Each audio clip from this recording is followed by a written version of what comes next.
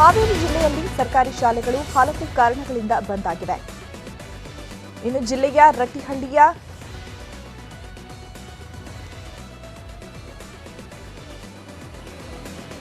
ಹಿಮಾಚಲದಲ್ಲಿ ಮರಣ ಮಳೆ ಶುರುವಾಗಿರುವಂತದ್ದು. ಇದರಿಂದ ಸಾಕಷ್ಟು ಜನರು ಸಾವಿಗೀಡಾಗಿದ್ದಾರೆ. ಹಿಮಾಚಲದಲ್ಲಿ ಮಳೆ ಅಬ್ಬರಿಸಿ ಬೊಬ್ಬಿರಿತಾ ಇರುವಂತದ್ದು.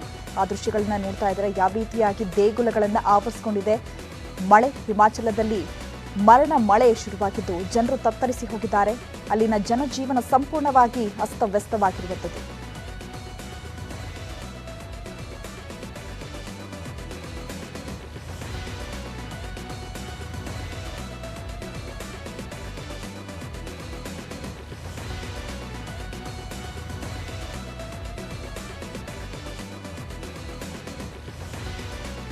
ಇನ್ನು ಹಿಮಾಚಲದಲ್ಲಿ ಮರಣ ಮಳೆ ಶುರುವಾಗಿರುವಂತದ್ದು.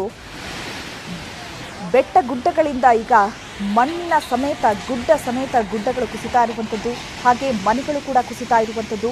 ರಣ ಮಳೆಗೆ ಅಲ್ಲಿನ ಜನಜೀವನ ತತ್ತರಿಸಿ ಹೋಗಿರುವಂತದ್ದು. ವರುಣನ ಅಬ್ಬರಕ್ಕೆ ಮನೆಗಳು ಧ್ವಂಸವಾಗಿದೆ.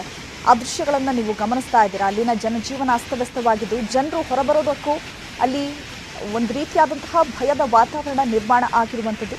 ಈಗ ಜಿಲ್ಲಾಡಳಿತ ಆಗಿರಬಹುದು ಅಥವಾ ಅಲ್ಲಿನ ಅಧಿಕಾರಿಗಳಾಗಿರಬಹುದು ಅಲ್ಲಿನ ಜನರನ್ನು ಸ್ಥಳಾಂತರ ಮಾಡುವ ಕಾರ್ಯಕ್ಕೂ ಕೂಡ ಮುಂದಾಗಿದ್ದಾರೆ. ಕಾರ್ಯಾಚರಣೆ ಕೂಡ ನಡೆಸುತ್ತಿದ್ದಾರೆ. ರಣ ಮಳೆಗೆ ಇದೀಗ ಅಲ್ಲಿನ ಜನರು ತತ್ತರಿಸಿ ಹೋಗಿದ್ದಾರೆ. ಆ ದೃಶ್ಯಗಳನ್ನು ಗಮನಿಸ್ತಾ ಇದ್ದಾರೆ. ಬೆಟ್ಟ ಗುಡ್ಡಗಳಿಂದ ಮಣ್ಣು ಹಾಗೆ ಗುಡ್ಡಗಳು ಕೂಡ ಕುಸಿತಾ ಇರುವಂಥದ್ದು. ಮನೆಯ ಮೇಲೆ ಕೂಡ ಗುಡ್ಡಗಳು ಕುಸಿತಾ ಇರುವಂಥದ್ದು. ಭಯದ ವಾತಾವರಣ ಅಲ್ಲಿ ನಿರ್ಮಾಣವಾಗಿದೆ. ವರುಣನ ಅಬ್ಬರಕ್ಕೆ ಮನೆಗಳು ಇದೀಗ ಧ್ವಂಸವಾಗಿರುವಂಥದ್ದು. ಜನಜೀವನ ಕೂಡ ಅಸ್ತವ್ಯಸ್ತವಾಗಿದೆ. ದೇಗುಲಗಳು ಕೂಡ ಮುಳುಗಿ ಹೋಗ್ತಾ ಇದೆ ರಣಮಳೆಗೆ. ಈಗ ಕಾರ್ಯಾಚರಣೆ ಕೂಡ ಮುಂದುವರೆದಿದ್ದು ಬೋಟ್ ಮೂಲಕ ಅಲ್ಲಿನ ಸ್ಥಳೀಯರನ್ನ ಬೇರೆಡೆಗೆ ಸ್ಥಳಾಂತರ ಮಾಡಲಾಗ್ತಾ ಇದೆ. ಶೋಧ ಕಾರ್ಯ ಕೂಡ ಮುಂದುವರಿಸಲಾಗ್ತಾ ಇದೆ.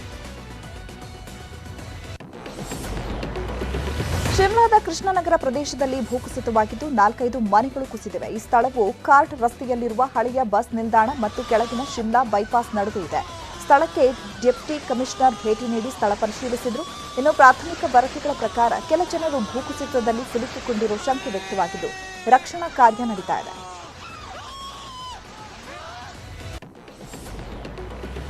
ಉತ್ತರಾಖಂಡ್ ಋಷಿಕೇಶದಲ್ಲಿ ಮೇಘಸ್ಫೋಟವಾಗಿದೆ. ನಿರಂತರವಾಗಿ ಸುರಿತಾ ಇರೋ ಧಾರಾಕಾರ ಮಳೆಗೆ ಗಂಗಾ ನದಿ ಉಕ್ಕಿ ಹರಿತಾ ಇದ್ದು ಜಲಪ್ರಳಯವೇ ಸೃಷ್ಟಿಯಾಗಿದೆ.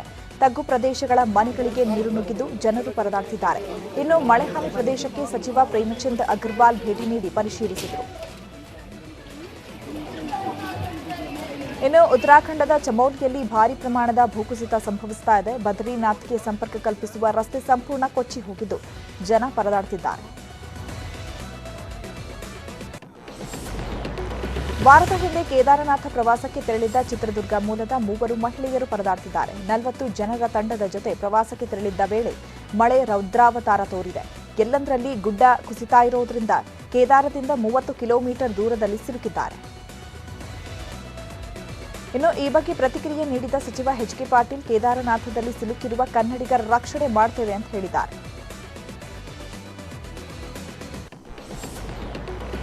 ಹಾವೇರಿ ಜಿಲ್ಲೆಯಲ್ಲಿ ಸರ್ಕಾರಿ ಶಾಲೆಗಳು ಹಲವು ಕಾರಣಗಳಿಂದ ಬಂದ್ ಆಗಿವೆ. ಜಿಲ್ಲೆಯ ರಟ್ಟಿಹಳ್ಳಿಯ ಕವಳಿಕುಪ್ಪಿ ಶಾಲೆ, ಶಿಗ್ಗಾವಿಯ ಗಂಗಿಬಾವಿ ಶಾಲೆ, ರಾಣೆಬೆನ್ನೂರಿನ ಕರ್ಲಕೇರಿ ಶಾಲೆ ಹಾಗೂ ಬ್ಯಾಡಗಿಯ ಹೊಸ ಕುಮ್ಮೂರು ಶಾಲೆ ಮುಚ್ಚಿ ಹೋಗಿದೆ. ಸರ್ಕಾರಿ ಶಾಲೆಗಳು ಮುಚ್ಚಿದ ಹಿನ್ನೆಲೆ ಪೋಷಕರು ತಮ್ಮ ಮಕ್ಕಳನ್ನ ಖಾಸಗಿ ಶಾಲೆಗಳಿಗೆ ಸೇರಿಸುತ್ತಿದ್ದಾರೆ. ಒಂದು ಮಗುವಿದ್ರೂ ಶಾಲೆ ಬಂದ್ ಮಾಡುವಂತಿಲ್ಲ ಅಂತ ಸರ್ಕಾರದ ಆದೇಶವಿದೆ. ಆದರೂ ಕೂಡ ಹೊಸ ಕುಮ್ಮೂರು ಗ್ರಾಮದ ಶಾಲೆಯಲ್ಲಿ ಪ್ರಸಕ್ತ ವರ್ಷ 10ಕ್ಕೂ ಹೆಚ್ಚು ಮಕ್ಕಳಿದ್ರೂ ಶಾಲೆ ಬಂದ್ ಮಾಡಿದ್ದು ಗ್ರಾಮಸ್ಥರ ಆತಂಕಕ್ಕೆ ಕಾರಣವಾಗಿದೆ. ಕೊಪ್ಪಳ ನಗರದಲ್ಲಿ ನಿಲ್ಲದ ಕಳ್ಳರ ಹಾವಳಿ ಮಿತಿ ಮೀರಿದೆ. ಕೊಪ್ಪಳ ನಗರದ ಬಸ್ ಸ್ಟ್ಯಾಂಡ್ ಸಮೀಪದ 2 ಮನೆಯಲ್ಲಿ ಕಳ್ಳತನ ನಡೆದಿದೆ. ರೇಷ್ಮಾ ಅನ್ನೋರ ಮನೆಯಲ್ಲಿ 5 ಗ್ರಾಂ ಬಂಗಾರ ಕಳ್ಳತನವಾಗಿದೆ. ರಜನಿ ಬಿ ಅನ್ನೋರ ಮನೆಯಲ್ಲಿ 4.5 ತೊಲೆ ಬಂಗಾರ ಕಳ್ಳತನವಾಗಿದೆ. ಸಿಸಿಟಿವಿಯಲ್ಲಿ ಕಳ್ಳನ ದೃಶ್ಯ ಸೆರೆಯಾಗಿದೆ. ಕೊಪ್ಪಳ ನಗರದ ಟೌನ್ ಪೊಲೀಸ್ ಠಾಣೆಯಲ್ಲಿ ಪ್ರಕರಣ ದಾಖಲಾಗಿದೆ. ಶ್ರೀಲಂಕಾದ ಖ್ಯಾತ ಕ್ರಿಕೆಟಿಗ ಮುತ್ತಯ್ಯ ಮುರಳೀಧರನ್ ಕ್ರಿಕೆಟ್ ಲೋಕಕ್ಕೆ ಗುಡ್ ಬೈ ಹೇಳಿದ ಬಳಿಕ ಶ್ರೀಲಂಕಾದಲ್ಲಿ ಸಿಲೋನ್ ಬೆವರೇಜಸ್ ಕ್ಯಾನ್ ಕಂಪನಿ ಮೂಲಕ ತಂಪು ಪಾನೀಯ ಮತ್ತು ಎನರ್ಜಿ ಡ್ರಿಂಕ್ ಉತ್ಪಾದನಾ ಉದ್ಯಮಕ್ಕೆ ಕೈ ಹಾಕಿ ಸೈ ಎನಿಸಿಕೊಂಡಿದ್ದಾರೆ. ಇದೀಗ ತಮ್ಮ ಉದ್ದಿಮೆಯನ್ನು ವಿಸ್ತರಿಸಲು ನಿರ್ಧರಿಸಿದ್ದು ಅದಕ್ಕೆ ಕರ್ನಾಟಕವನ್ನೇ ಆಯ್ಕೆ ಮಾಡಿಕೊಂಡಿದ್ದಾರೆ. ಧಾರವಾಡ ಬಳಿಕ ಚಾಮರಾಜನಗರದಲ್ಲೂ ಕೈಗಾರಿಕೆ ಸ್ಥಾಪನೆಗೆ ಮುತ್ತಯ್ಯ ಮುರಳೀಧರನ್ ಸಿದ್ಧತೆ ನಡೆಸುತ್ತಿದ್ದಾರೆ.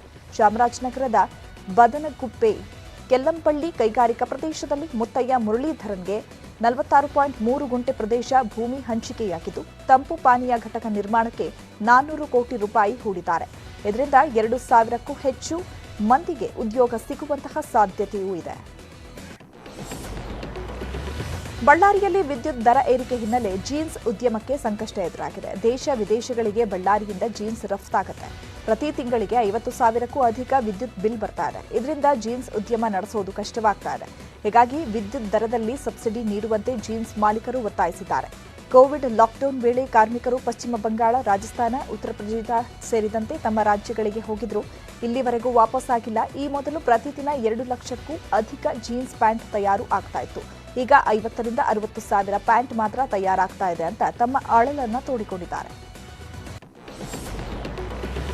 ಬ್ಯಾಂಕುಗಳಲ್ಲಿ ನೋಡ್ತಿದ್ದ ಡಿಜಿಟಲ್ ಲಾಕರ್ಗಳು ಇದೀಗ ರೈಲ್ವೆ ನಿಲ್ದಾಣದಲ್ಲಿಯೂ ಲಭ್ಯವಿದೆ. ಹುಬ್ಬಳ್ಳಿಯ ನೈಋತ್ಯ ರೈಲ್ವೆ ನಿಲ್ದಾಣದಲ್ಲಿ ಪ್ರಯಾಣಿಕರಿಗಾಗಿ ಡಿಜಿಟಲ್ ಲಾಕರ್ ವ್ಯವಸ್ಥೆ ಮಾಡಲಾಗಿದೆ. ಡಿಜಿಟಲ್ ಲಾಕರ್ ಸೌಲಭ್ಯ ಕಲ್ಪಿಸುವ ಮೂಲಕ ಲಗೇಜ್ ಸುರಕ್ಷತೆಗೆ ಆದ್ಯತೆ ನೀಡಲಾಗಿದ್ದು, ಡಿಜಿಟಲ್ ಲಾಕರ್ಗಳಿಗೆ ಸಿಸಿ ಕ್ಯಾಮೆರಾ ಕಣ್ಗಾವಲು ಇರಿಸಲಾಗಿದೆ. ಪ್ರಯಾಣಿಕರು ತಮ್ಮ ಮೊಬೈಲ್ಗೆ ಬರೋ OTP ಮೂಲಕ ಲಗೇಜ್ ಲಾಕರ್ ಬಳಸಬಹುದಾಗಿದೆ. ಹುಲಿ ಸಂರಕ್ಷಣಾ ಯೋಜನೆಯ 50 ವರ್ಷಾಚರಣೆ ಹಿನ್ನೆಲೆ ಬಂಡೀಪುರಕ್ಕೆ ಪ್ರಧಾನಿ ಮೋದಿ ಭೇಟಿ ಬಳಿಕ ಪ್ರವಾಸಿಗರ ಸಂಖ್ಯೆ ಹೆಚ್ಚಾಗಿದೆ. ಇದೀಗ ಬಂಡೀಪುರ ಹುಲಿಗಳ ಸಂಖ್ಯೆಯಲ್ಲೂ ರಾಜ್ಯದಲ್ಲಿ ನಂಬರ್ 1 ಸ್ಥಾನದಲ್ಲಿದೆ. ಇಲ್ಲಿ ಹುಲಿಗಳಷ್ಟೇ ಅಲ್ಲ, ರಾಜ್ಯದಲ್ಲೇ ಅತಿ ಹೆಚ್ಚು ಆನೆಗಳಿರುವ ತಾಣವೂ ಬಂಡೀಪುರವಾಗಿದೆ. ಮೋದಿ ಸಫಾರಿಯಿಂದ ಪ್ರೇರಣೆಯಾಗಿ ಬಂಡೀಪುರಕ್ಕೆ ದೇಶದ ವಿವಿಧೆಡೆಯಿಂದ ನಿತ್ಯ ಸರಾಸರಿ 2,000ಕ್ಕೂ ಹೆಚ್ಚು ಪ್ರವಾಸಿಗರು ಭೇಟಿ ನೀಡುತ್ತಿದ್ದಾರೆ. ಪ್ರವಾಸಿಗರ ಸಫಾರಿಯಿಂದ ಅರಣ್ಯ ಇಲಾಖೆಗೆ ನಿತ್ಯ 3 ಲಕ್ಷ ರೂಪಾಯಿ, ವಾರಾಂತ್ಯದಲ್ಲಿ 7ರಿಂದ 8 ಲಕ್ಷ ರೂಪಾಯಿವರೆಗೂ ಹೆಚ್ಚು ಆದಾಯ ಬರ್ತಾ ಇದೆ. ಕೊಪ್ಪಳದ ಜಿಲ್ಲಾ ಪಂಚಾಯತ್ ಸಿಇಒ ರಾಹುಲ್ ರತ್ನಂ ಪಾಂಡೆ ಲುಂಗಿ ಟಿ ಶರ್ಟ್ ಹಾಕೊಂಡು ಭತ್ತ ನಾಟಿ ಮಾಡಿದ್ದಾರೆ. ತುಂಗಭದ್ರಾ ಎಡದಂಡೆ ನಾಲೆಗೆ ನೀರು ಬಿಟ್ಟ ಹಿನ್ನೆಲೆ ಭತ್ತದ ನಾಟಿ ಕಾರ್ಯ ನಡೀತಾ ಇತ್ತು. ಈ ವೇಳೆ ಗಂಗಾವತಿ ತಾಲೂಕಿನ ಕೋಟಯ್ಯ ಕ್ಯಾಂಪಿನಲ್ಲಿ ಜಿಲ್ಲಾ ಪಂಚಾಯತ್ ಸಿಇಒ ರೈತರೊಂದಿಗೆ ಭತ್ತ ನಾಟಿ ಮಾಡಿದ್ದಾರೆ.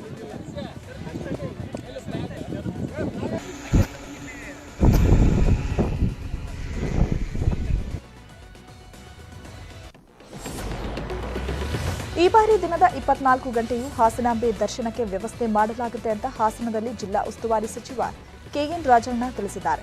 ಹಾಸನಾಂಬೆ ಮಹೋತ್ಸವದ ಬಗ್ಗೆ ಜಿಲ್ಲಾ ಉಸ್ತುವಾರಿ ಸಚಿವರ ಅಧ್ಯಕ್ಷತೆಯಲ್ಲಿ ಪೂರ್ವಭಾವಿ ಸಭೆ ನಡೆಸಲಾಯಿತು. ನವೆಂಬರ್ 2ರಿಂದ 15ರವರೆಗೆ ಜಾತ್ರಾ ಮಹೋತ್ಸವ ನಡೆಯಲಿದ್ದು, ನಾಳೆಯಿಂದಲೇ ಮಹೋತ್ಸವದ ಸಿದ್ಧತೆ ಕಾರ್ಯ ನಡೆಯಲಿದೆ. ಶಕ್ತಿ ಯೋಜನೆ ಹಿನ್ನೆಲೆ ಹೆಚ್ಚಿನ ಭಕ್ತರು ಆಗಮಿಸುವ ನಿರೀಕ್ಷೆ ಇದ್ದು, ದಿನದ 24 ಗಂಟೆಯೂ ಹಾಸನಾಂಬೆ ದರ್ಶನಕ್ಕೆ ವ್ಯವಸ್ಥೆ ಮಾಡಲಾಗುತ್ತೆ ಅಂತ ಹೇಳಿದರು. ಈಗ ಈ ಶಕ್ತಿ ಯೋಜನೆ ಹಿನ್ನೆಲೆಯಲ್ಲಿ ಹೆಚ್ಚು ಜನ ಮಹಿಳೆಯರು ದೇವಿಯ ದರ್ಶನಕ್ಕೆ ಬರ್ತಾರೆ ಅಂತಕ್ಕಂಥ ಒಂದು ನಿರೀಕ್ಷೆ ನಾವೆಲ್ಲ ಇಟ್ಕೊಂಡಿದ್ದೀವಿ.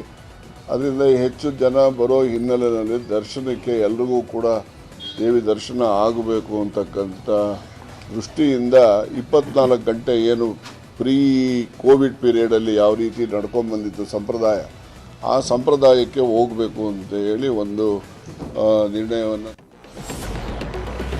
ಸ್ವಾತಂತ್ರ್ಯೋತ್ಸವ ಹಿನ್ನೆಲೆ ಲಾಲ್ಬಾಗ್ನಲ್ಲಿ ನಡೆದ ಫಲಪುಷ್ಪ ಪ್ರದರ್ಶನಕ್ಕೆ ತೆರೆಬಿದ್ದಿದೆ. ವಿಧಾನಸೌಧ ನಿರ್ಮಾತೃ ಕೆಂಗಲ್ ಹನುಮಂತಯ್ಯ ಅವರ ಸ್ಮರಣಾರ್ಥ ನಡೆದ ಈ ಫ್ಲವರ್ ಶೋವನ್ನು ಲಕ್ಷಾಂತರ ಜನ ಕಣ್ತುಂಬಿಕೊಂಡಿದ್ದಾರೆ. ನಿನ್ನೆ ಕೂಡ ಲಕ್ಷಕ್ಕೂ ಅಧಿಕ ಜನ ಹೂಗಳ ಲೋಕವನ್ನು ಕಣ್ತುಂಬಿಕೊಂಡಿದ್ದಾರೆ. ನಿನ್ನೆವರೆಗೂ ಬರೋಬ್ಬರಿ 6.5 ಲಕ್ಷ ಜನರು ಫ್ಲವರ್ ಶೋ ವೀಕ್ಷಣೆ ಮಾಡಿದ್ದಾರೆ. ಜೊತೆಗೆ 2.5 ಕೋಟಿ ಹಣ ಸಂಗ್ರಹವಾಗಿದೆ.